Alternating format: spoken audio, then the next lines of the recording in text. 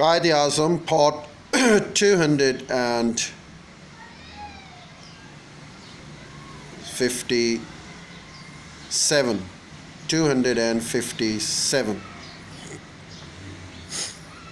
Why did not Gandhi accept the Lahore resolution, since he, Gandhi, had said that Rajaji formula conceded in substance the demand embodied in the Lahore resolution? To which Gandhi put forth his difficulty. The Lahore resolution was vague and indefinite. The Pakistan world was not even in it, nor did it contain any reference to two-nation theory. If the basis of the League's Pakistan demand was religious, then was Pan-Islam its ultimate goal, since all Muslims of the world constituted one community? If, on the other hand, Pakistan was to be confined to the Indian Muslims alone, would Jinnah explain what it was distinguished an Indian Muslim from every other Indian? If not this religion, was he different from a Turk or an Arab?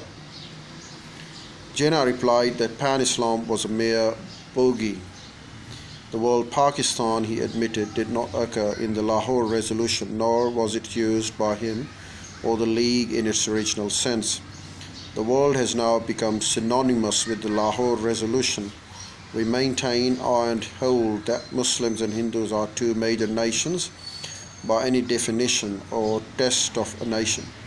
Muslims were a separate nation by virtue of their distinctive culture and civilization, language and literature, and art and architecture, names and nomenclature, sense of value and proportion, legal laws and moral codes, customs and calendar, history and tradition. Therefore, they were entitled to a separate, sovereign existence in a homeland of their own.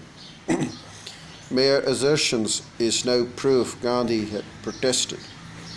Gandhi had then pleaded with Jinnah to consider how the independent states envisaged by him would be benefited by being split, and whether independent states would not become a menace to themselves and to the rest of India.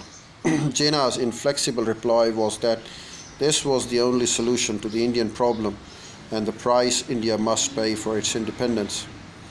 Pakistan had hitherto appeared before them heavily veiled. Now, for the first time, its lineaments were exposed to view. The more our arguments progressed, the more alarming your picture appears to me, wrote Gandhi to Jinnah on 15 September at the end of the first week of their talks. As I imagine the working of the Lahore resolution in practice, I see nothing but ruin of the whole of India. The thereafter entered an acrimonious. Jinnah took exception to Gandhi that though he represented nobody, he aspired to represent the inhabitants of India, because he realized in his own person their misery and degradation, which is their common lot of irrespective of class, caste, or creed. This was too much for the future Quaid Azam. Although he had accepted that Gandhi was a great man who was exercising enormous influence over the Hindus, particularly the masses, he could not accept his statement that he aspired to represent all inhabitants.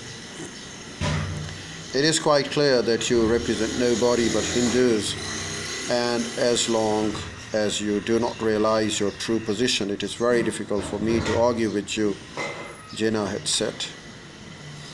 Why can you not accept that I aspire to represent all the sections that comprise the people of India? Pleaded Gandhi. Do you not aspire, should not every Indian, that the aspiration may never be realized is beside the point? Jinnah insisted that Gandhi should accept the basis and fundamental principles enumerated in Lahore resolution. Gandhi pleaded with him if that was not unnecessary, since he had accepted the concrete consequence that would follow from such acceptance in as far as it was reasonable and practicable.